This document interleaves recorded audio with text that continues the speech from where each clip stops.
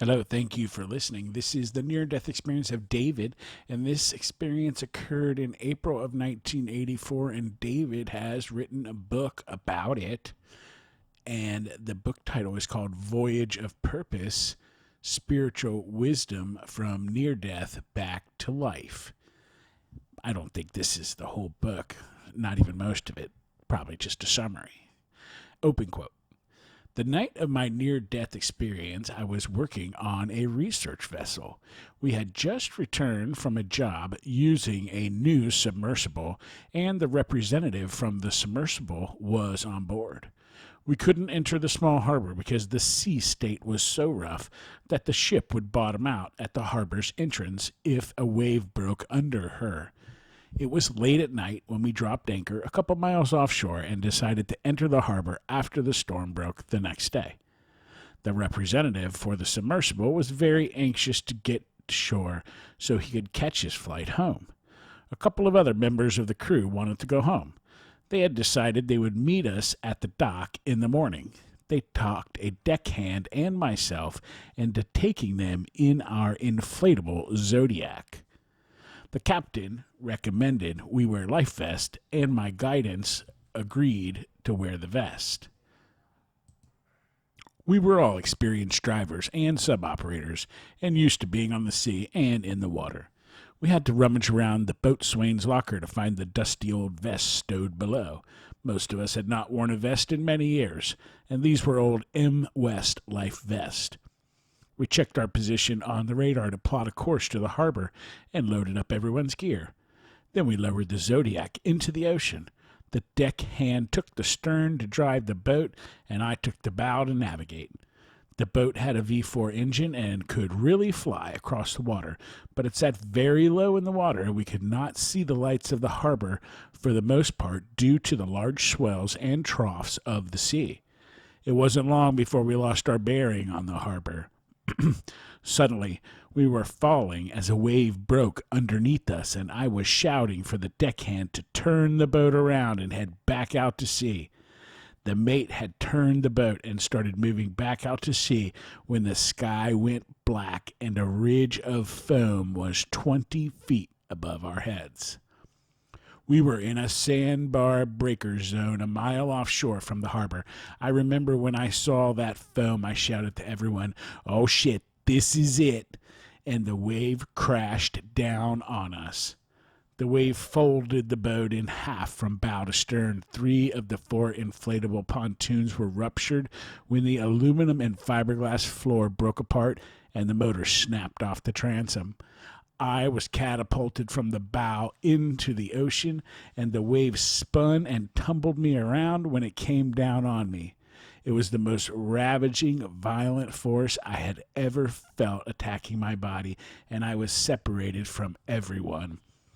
I had lost all sense of direction, and the ocean kept tossing me around like a doll.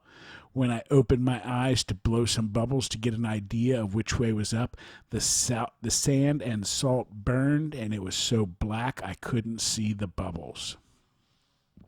I did not know which way was up, but all of my years of experience as a diver had taught me not to panic. I waited and waited for this old Mae West life vest to take me to the surface. Now there are no street lights out to sea, so it is very dark. The sea kept tossing me around and my lungs burned to take a breath of air, but the surface never came within my reach, and as time passed, the burning in my lungs lessened, but it was getting very cold. I could tell my brain was starving for oxygen as a sort of euphoria came over me. It seemed like a very long time that I was holding my breath, but finally the euphoria overcame me and I tried to breathe salt water. All I remember was the burning in my lungs. Slowly the burning went away and there was darkness, cold darkness. Slowly I noticed light. It was growing lighter all around me. I couldn't feel my body anymore. I could sense where it was, but I was not in it. I also started to grow warmer and comfortable. I found myself drawn to a brighter area in the light. I could not help myself. It seemed a natural thing to do, and it felt familiar. A feeling of welcoming and welcome home, as well as an incredible sense of love, came over me. I felt so happy. I felt so comfortable and loved. My physical body was gone. I was becoming light without a form. I didn't judge this. I just accepted my change. It was so natural. Then, within the light, I could sense others with me and more coming toward me. I was still moving toward them. Movement towards these others was something that just happened, but I wanted to be with them. I recognized these other beings or persons, and they were the ones welcoming me. They were supporting me and helping me to adjust. More beings came, maybe a dozen in all, and they were all around me. I knew them all, and it felt like a family. Before I could communicate with any of them, I started to get flashes, images of my life. I've learned since that this is called a life review, and it's very hard to explain the relentless intensity of the images. Words cannot do justice to the experience. Not only were they images, but also they were feelings, and not just my feelings. I could sense the feelings of others and how my actions in this life had touched them. I could feel their joy, happiness, heartaches, disappointments, love, all of their emotions. But there were no feelings of judgment, no feelings of me being judged on my actions in that life. It felt as though I was reviewing my life so that I might grow and evolve from this life's experience. Then the images and feelings changed. I was being shown images that were not from my life. I became disoriented and confused. I was being shown parts of my life that had not happened yet. The other beings were supporting me, but not with words. They were supporting me with thoughts of love and compassion. They told me very personal things about my life that I do not wish to discuss here. Just then, I heard very clearly and distinctly the words, "This is not your time. You must return." I did not want to return. I pleaded to stay. I was told once again, "This is not your time. You have a purpose." Suddenly, I understood that I had to return to my body and continue to live my life. Being in God's light made it even harder to return back to this life. I did not want to return. This was more painful than the act of drowning. The group of beings that were with me, I've come to call my soul group. My soul group helped me to return to my body. I was already longing to stay there. Returning was the hardest thing I've ever been asked to do. I became aware of my body, lifeless and suspended in the water, still being tumbled and blasted by the sand and water. Sailors will take the end of the rope and weave the ends back into the rope. They call this the bitter end. Well, the bitter end of a rope had wrapped itself around my arm and was beating my chest. The other end of this rope was attached to the zodiac. When the next set of waves hit, the rope dislocated my shoulder and thumb and pulled me to the surface. 3 of the air-filled compartments were deflated, but one compartment still had air in it. My body was tangled up in the rope and the pontoon with the air in it. The waves hit me so hard it pushed some of the water from my lungs. I breathed in my first breath, and my spirit was slammed back into my body.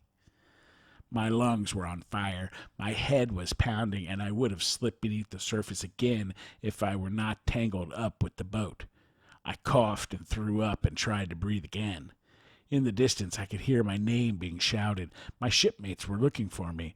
They had somehow found a flashlight, but everything else was lost. They swam over to me and what was left of the boat. We were still 1 mile off the coast. We all hung on to the boat and began to swim for shore. Once I became untangled, I was still having trouble staying above the surface, so I kicked off my boots, and that didn't help. Next, I untied my life vest and found that the lining was shredded and waterlogged. It was the life vest that was dragging me down. What was supposed to save my life had actually killed me, only to be saved by the bitter end.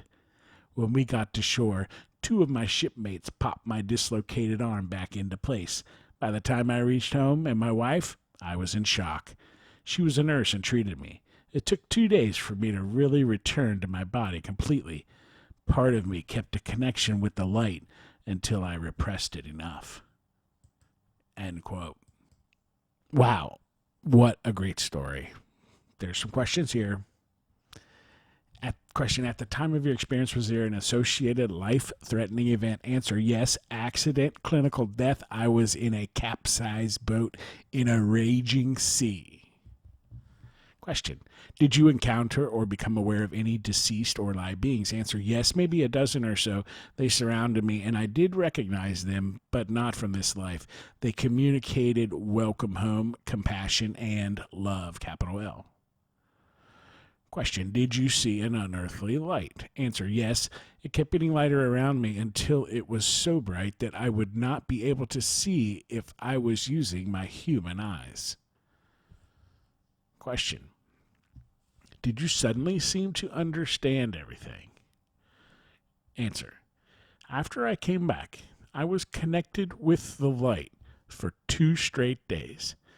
Part of me was in a state of shock, part in the body feeling the actual pain, and part in the light experiencing the physical healing of the body. During those 2 days, I realized that I was given 3 incredible gifts. The first gift was acceptance. I knew who I was and could accept that I had faults and strengths. I no longer needed to beat myself up over failures.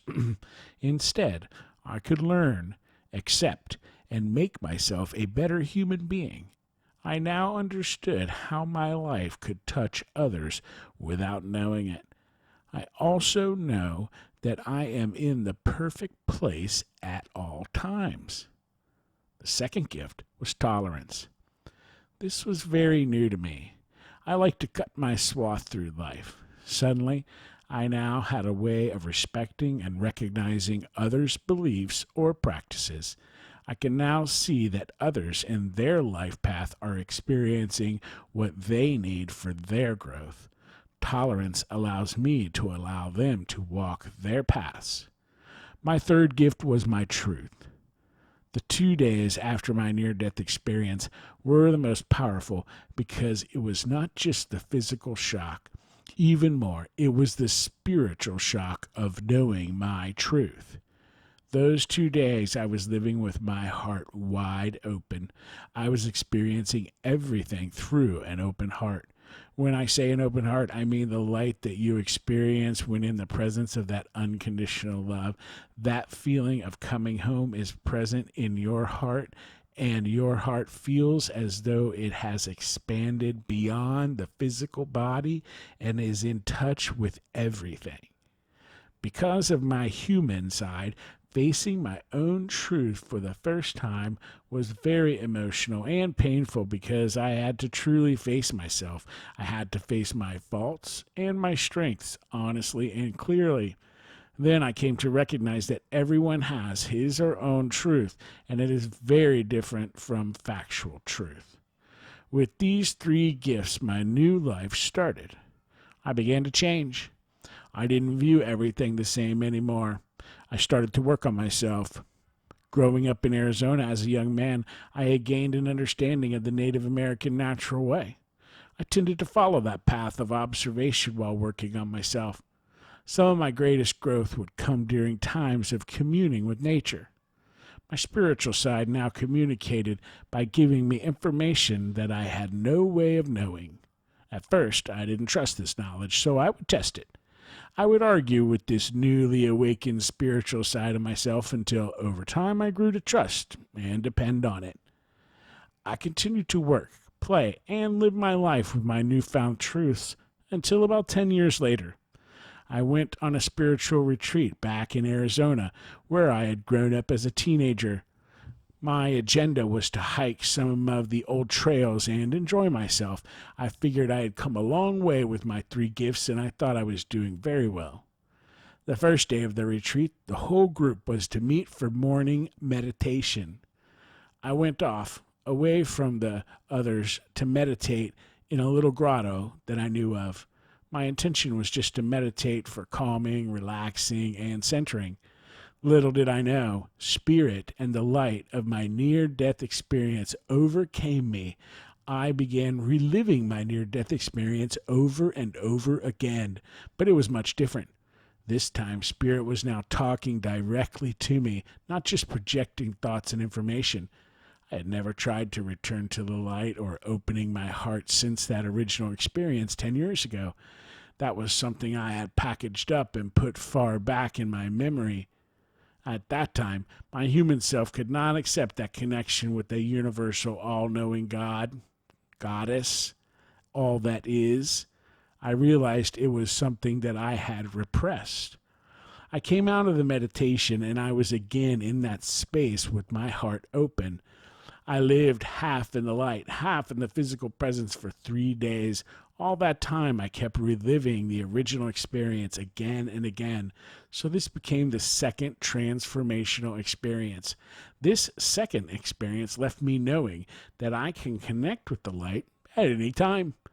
I learned that we can all connect with the light.